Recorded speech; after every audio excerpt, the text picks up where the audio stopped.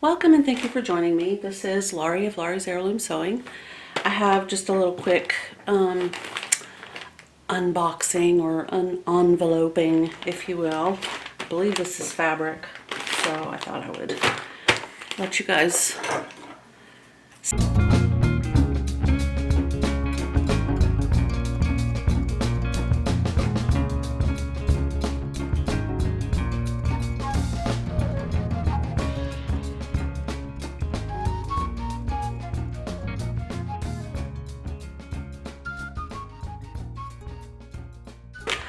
This is so cute, you guys. Look at this.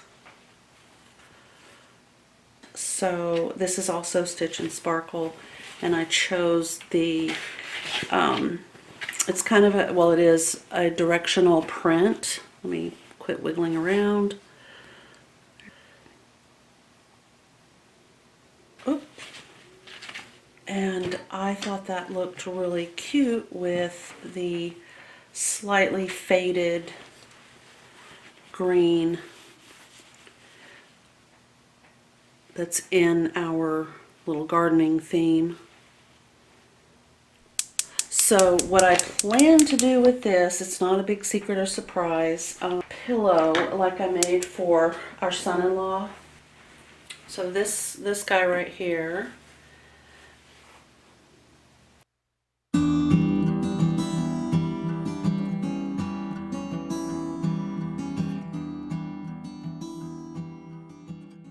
okay, so getting back to our project du jour, this is just a sampler of heirloom sewing. I did want to discuss these stitches right here and these, and then of course the lace insertion, which I'll get to in a minute.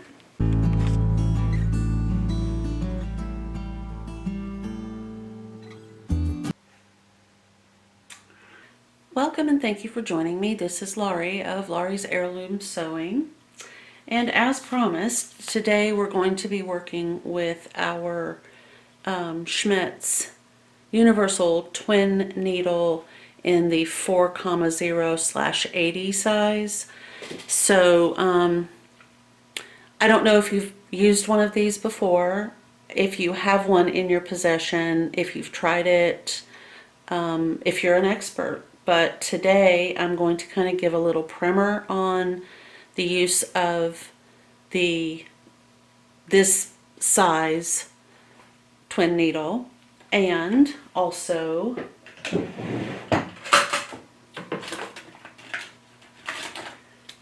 the 130 705H wing needle, which is commonly referred to as a Hemstitch needle. So there you have it.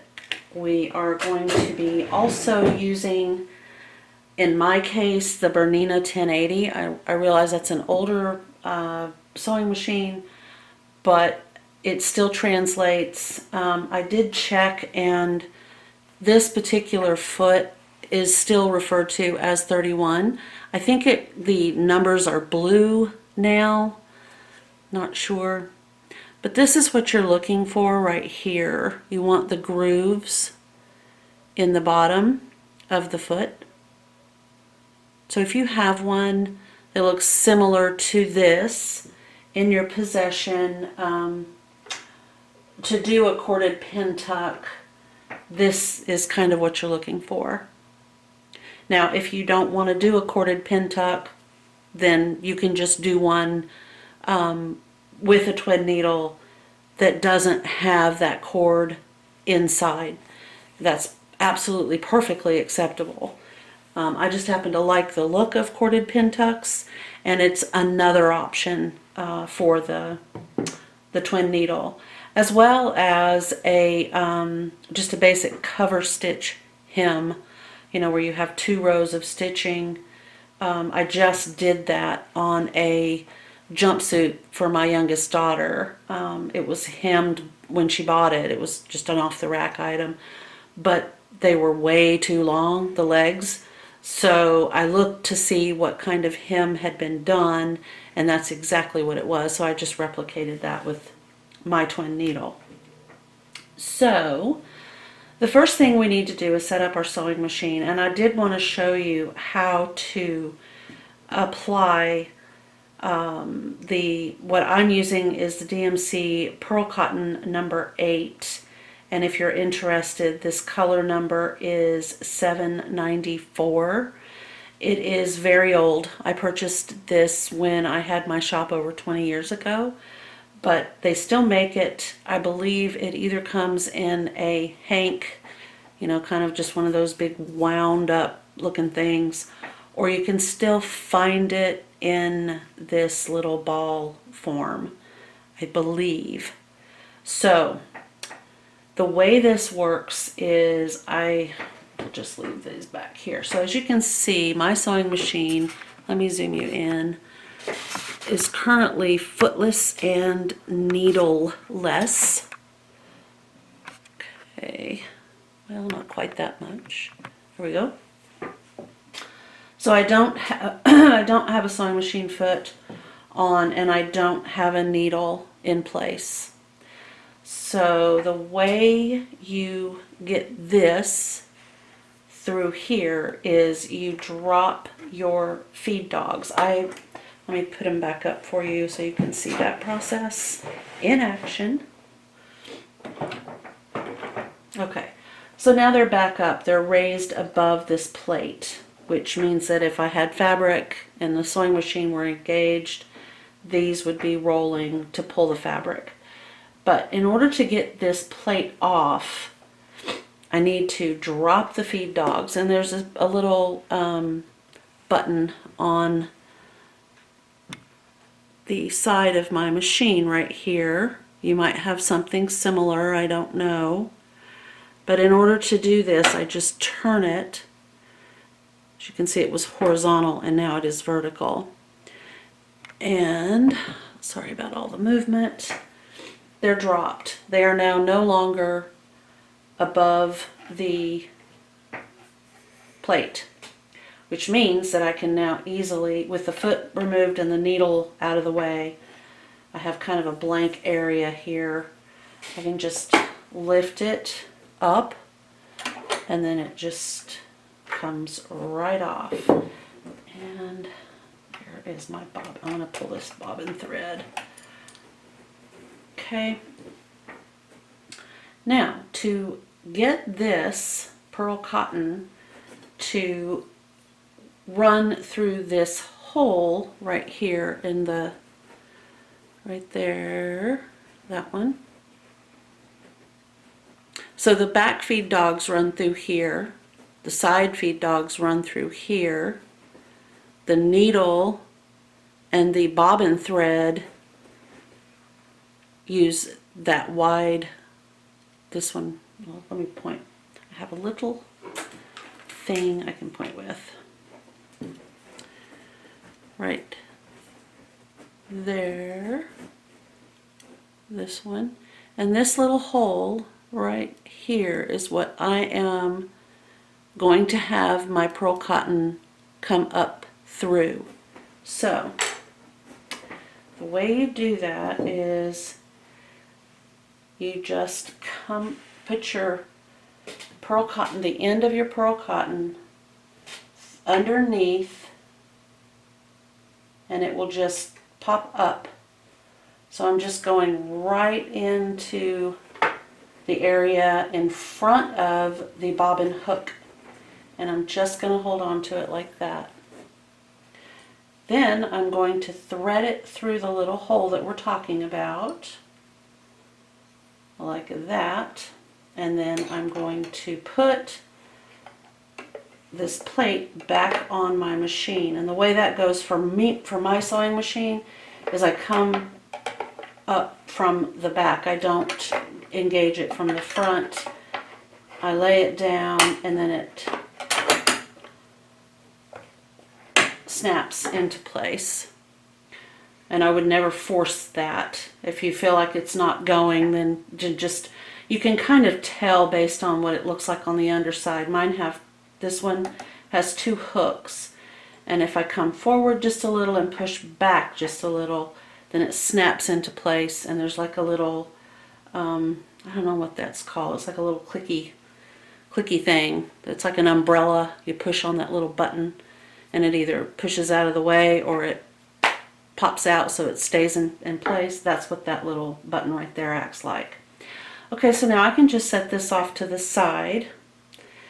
But I need to, before I forget, I need to raise my feed dog. So I'm going to hold on to this and turn that dial back to the horizontal position and then step one time on my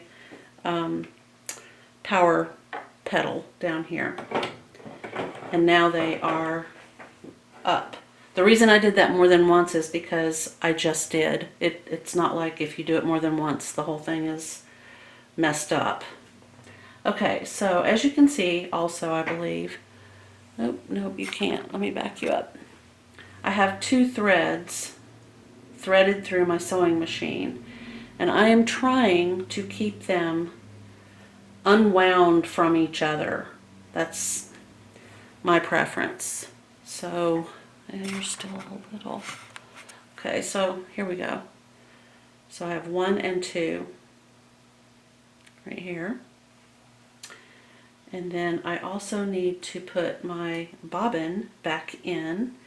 Now I'm going to check the tension on my bobbin before I do that by just holding the thread. If I hop it up and down, the bobbin is just slowly slipping a little bit, and that's kind of what I want for this particular application. So I'm going to put it back in position and lock it in there. And then if you want to, you can close this little drawer, but I'm going to wait just a minute.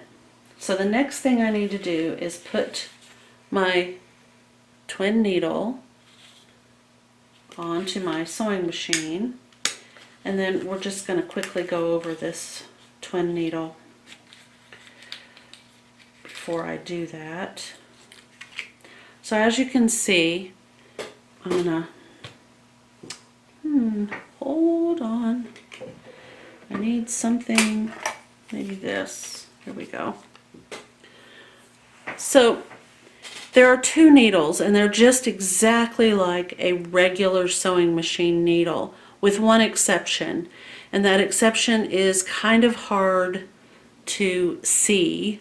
If we had a magnifying glass, you would see that this area right here, this needle comes down almost like a sword, and then there's just this little area where it kind of narrows when it gets down to the little point where the eye of the needle is. And it's really hard to tell, but that's what holds your thread in front of that sewing machine needle. And then for the Schmetz needles, you have this little red plastic cap, I guess, that holds both of the needles in the proper distance, which is 4,0. And then you have one single shank that will go into the needle shank area on your sewing machine. Okay.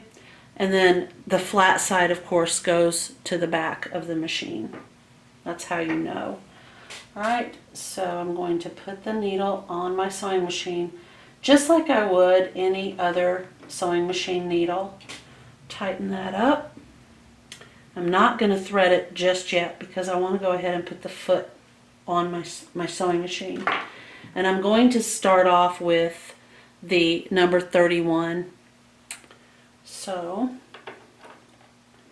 that is engaged. And the first thing you might notice, the first thing I noticed, is that the opening on that foot for the needle to go through, that pass-through area right there, is a little bit wider than a lot. I mean, my number 1 sewing machine foot is almost exactly the same, but it is a little bit wider. Okay, and I'm going to go ahead and thread my machine like I would. I'm just threading it with 2 threads instead of 1. The thread I'm using is a DMC 50 weight, And I would say anywhere between I'm going to cut this at an angle, anywhere between a 40 and a 50 weight thread is, in this case, for this needle, your best option. Okay.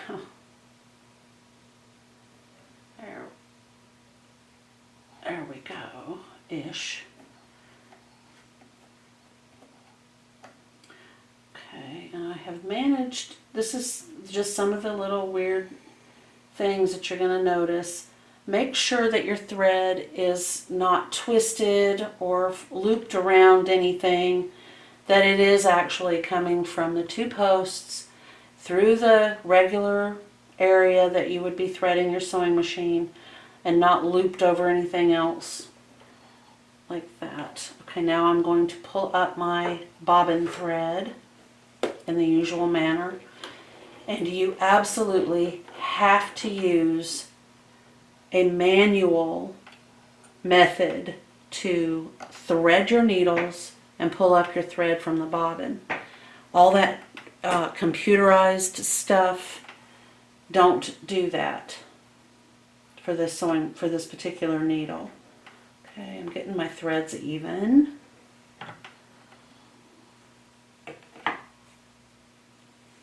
Alright, and the next thing we're going to do is go ahead and close this up. Now you can see there's this little thumb indent right here.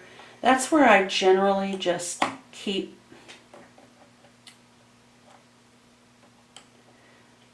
the pearl cotton. It will run through very, very easily through that little thumb indent that is there to help you open this door to your bobbin.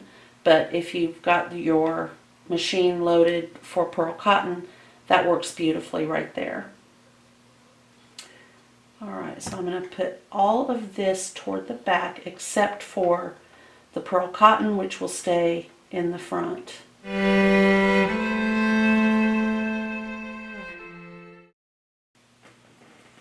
Okay, so I have pressed this piece of fabric using a heavy starch that's already prepared.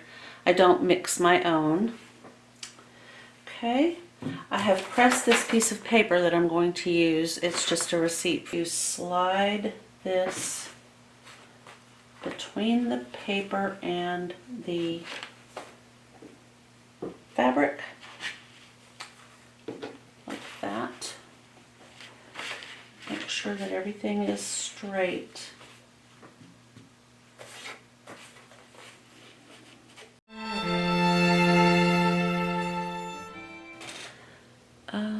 Right there. Okay, so watch this little ball of thread. This obviously hasn't changed.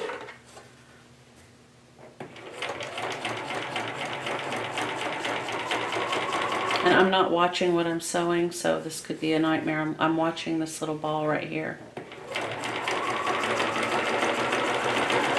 So as you can see, the thread is obviously, or the pearl cotton is being pulled through the hole. It's not being pulled from over here. It's being pulled from the little ball. Okay. And then just very gently pull.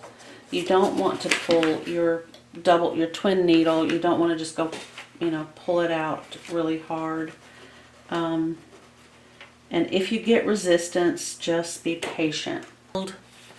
Pin tuck, it wasn't marked very well. Obviously, I wasn't really paying attention, to making it straight. But I wanted to show you what happens on the back. Let me, I need to cover this up. This is what your bobbin is doing. It's zigging and zagging between both of those threads, even though the machine is not on a zigzag stitch. This is the front. So now, because the fabric or the paper has been perforated, I can just sort of left inside the filled tuck can either be pulled using a pair pair of tweezers like this, or you can just wash it out, however you prefer, whatever your preferred method is. And I'm going to line my fabric up with one of the lines on the stitching lines on my sewing machine. I do want to make sure that my pearl cotton is under where it's supposed to be under. Okay.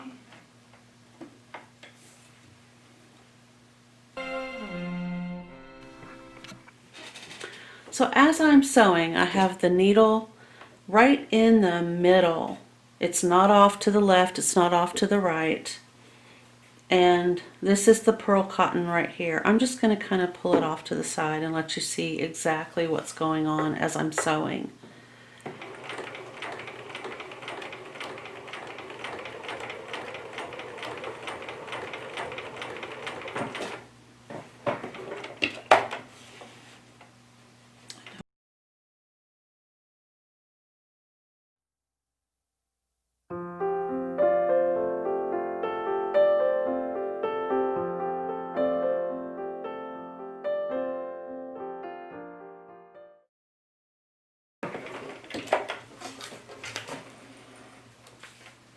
Looks like.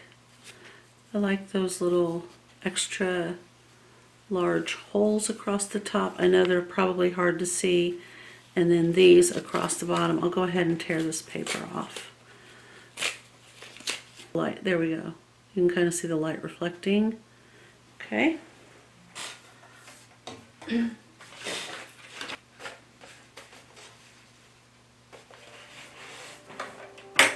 Alright, now I'm going to do the same stitch, slower, with a tighter seam allowance at 0.5.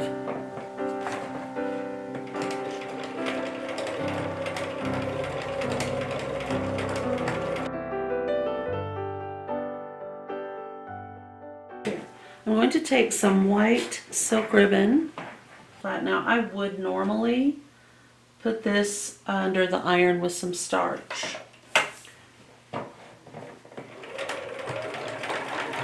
I'm just clearing the ribbon.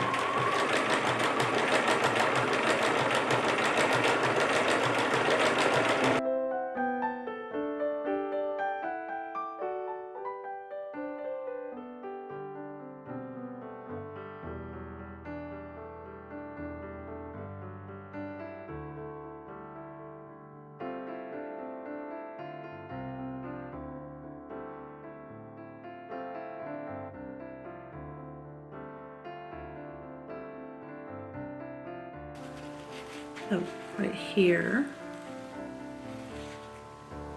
And then I added a piece of silk ribbon and continued on doing that till about here. And then I decided to reduce the length, and I don't like the way that it started globbing up right here. So I've got some stitches that are not even. So I would probably stick with the 1.0. I think that's a much cleaner look. Okay, and then here I went down to the stitch number 5, right? Oh, right along here. I've still got silk ribbon on top, which in my opinion doesn't really add anything unless maybe it was a color. And then on the other page of stitches, it's the same stitch, but the bars going across are farther apart. So they're very tight right here, and they're very far apart right here. And then without the addition of silk ribbon, those two stitches look like this.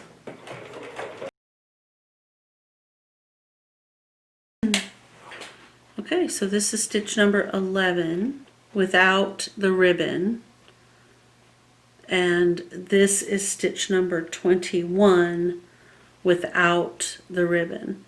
With the ribbon, without the ribbon. With the ribbon, without the ribbon. Okay.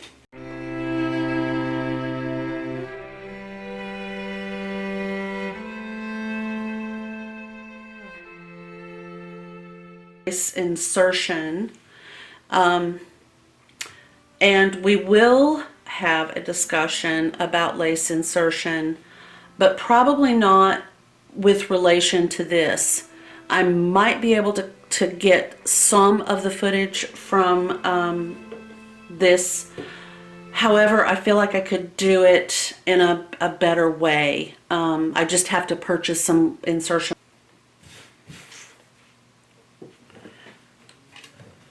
Alright, so the way that I did this lace insertion is I put the wing needle back in, the same wing needle that did this row of stitches, these three and these three down here, and I pinned the lace to create a diamond-ish shape. It's obviously more of a triangle, but you know, if you fold this way, then you kind of have that diamond effect. I don't know if that's showing up, but there we go.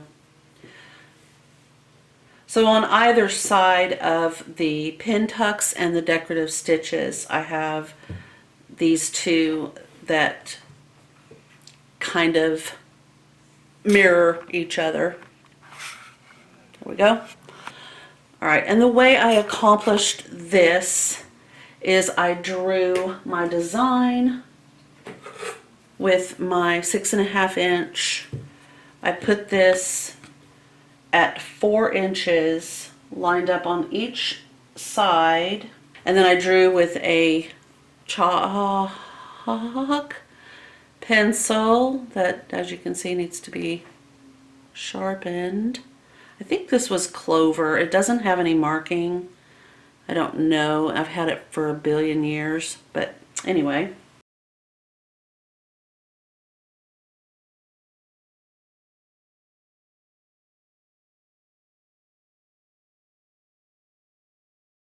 Okay guys, so what I'm going to do is I'm going to demo a couple of things using a piece of fabric that's just a little bit easier to see. The white on white was a little bit too hard.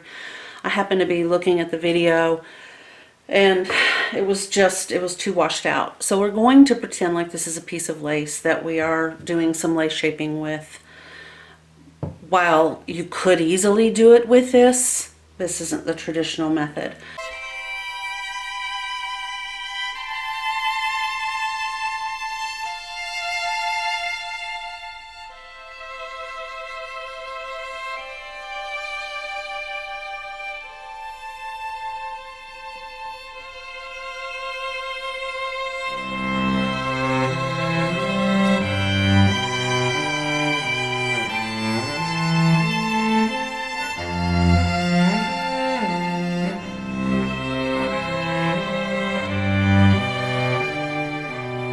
Okay, so we're going to pretend this is our lace. We're going to extend past our guidelines that we have chalked on with chalk pencil. So we'll come past that line with our lace. We've also drawn the miter line. And I guess for clarity, I'm going to go ahead and draw that so that you can see what I'm talking about. All right. Okay, so I'm going to draw that line that we refer to as a miter line, and I'll make it long enough that we can kind of all see. Okay. We are going to go past that stitching point like I just was talking about, and we're going to pin our lace on the outside along the lines that we've drawn. Pins on the outside holding this lace down until we get up to this point right here where the miter is. We're going to go ahead and put a pin at the top of that miter just like that, and we're also going to put a pin at the bottom directly across from the pin in the top. So we'll have one on the outside of the lace and one on the inside of the lace So what we're going to do is remove the pin on the underside and just set it aside. You don't want to get rid of it. We're going to pull this lace down so that it is on top of itself but folded just like this. We're going to replace this pin into both pieces of lace, the one that we've started out with, and now we've got this piece folded over on top of itself. Then we're going to do the same thing with the outside pin. We're going to put that through both pieces of lace, the original piece and the piece that we folded back over on top of itself. Now we're going to pick up this lace and we're going to flip it over, right back over this way. So it's going to want to just naturally go this way. Okay? And then you'll remove the pins and put them in the top of the lace. This one is still on the bottom, so carefully remove the pin and then just put it in here on that inside edge, and then continue to pin on the outside of your lace like this. I managed to lose the actual video of me attaching the piece of fake lace to the lawn that I was showing, so I have decided to go ahead and recreate that, and I'll just insert it into the video that I'm currently editing. So here we go. I've already pinned it down, as you can see. I did my mitered corner. I've got my wing needle in the sewing machine. And putting the table on. And this is the exact same, with the exception of this not being lace, the exact same way that I did it on the actual piece of lawn that I'm currently working on. Alright, what we're going to do is start on the outside, and underneath here I have drawn my triangle with water wash away ink. You can kind of see the miter line right there. Okay.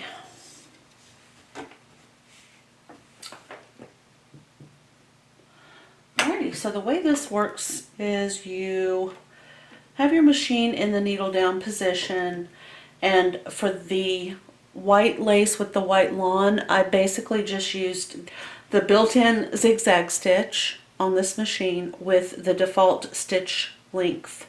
I didn't change the width, I just left it as is.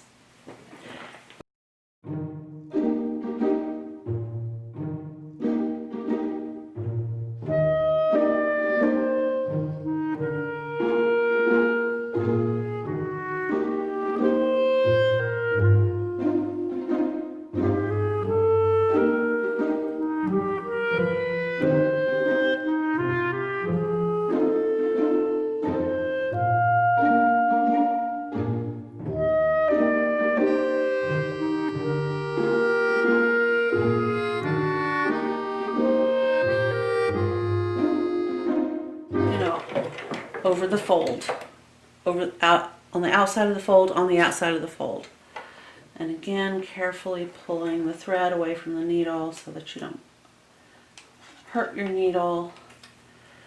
Alright, so now you may be thinking, why in the world is she showing us this weird thing with fabric? Well,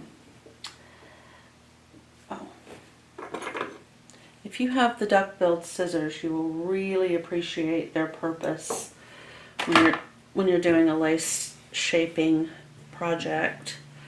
Okay, so I want to cut off this little point right here, as close to that stitching as I can get.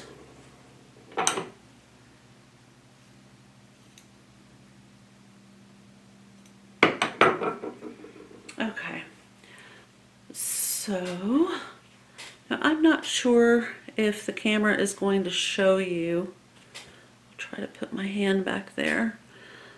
Those pretty little pin stitches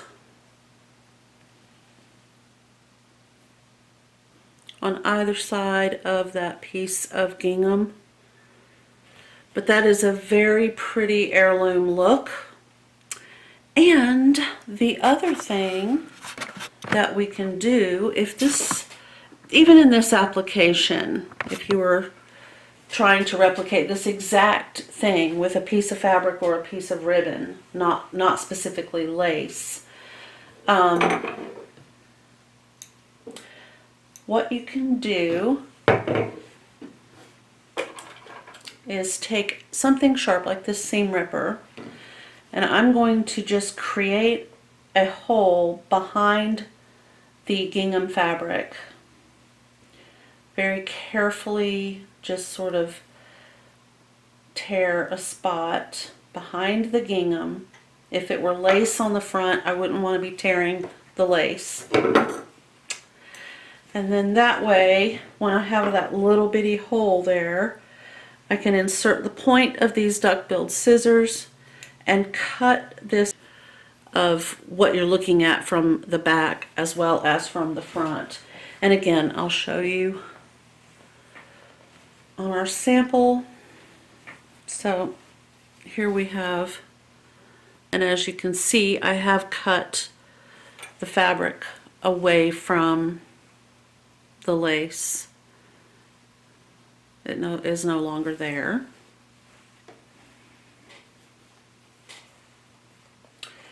And of course that's the true meaning of the term lace insertion. Okay.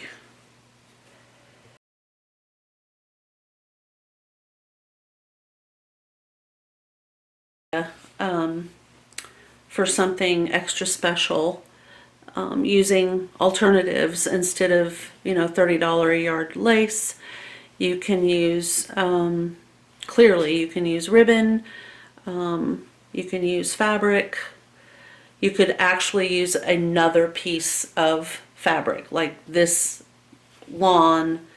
You could do the pin stitch and attach another piece of lawn and then have those two attached together. That is a very common attribute of heirloom sewing. You will often see like a sleeve at the top of a little dress. The sleeve will have been attached with a piece of fabric that has been pin stitched to the dress and then to the sleeve, giving it a very heirloom look and quality. It's extremely beautiful in many regards. So, so there is that piece, and I'm just going to insert this in the video that I am currently editing. Yesterday I filmed the stitching of these 3 lines right here on each of the 4 corners of the project, and then I washed it to remove the washable ink, and then I pressed it, and I decided that I just love the way it almost gives it a puffing quality between the rows. It just looks, I don't know, there's just something about that this one over here especially picked up that sort of puffing look right there, which I think is very, very pretty. So now I'm just going to try to decide, or I'll get feedback from you guys about our next move with this project. We have lots of options. I mean, it's not a huge piece of fabric, but you really don't need a huge piece of fabric, as evidenced by this pretty antique apron. There are a lot of very heirloomy kind of things in this little apron, and this is basically it right here. I mean, there's a wide ruffle, and then of course, the the actual stitching itself, but you know, you can just have sort of a showcase spot on either a garment or an object like an apron or a pillow or something. So anyway, just kind of be thinking and let me know. I think I mentioned, but I might have lost that part about maybe doing some embroidery if you're interested. If not, we'll continue doing some stitches and see where that leads us. And I will see you next time. Thank you very much. Like and subscribe if you wish, and have a wonderful, wonderful weekend.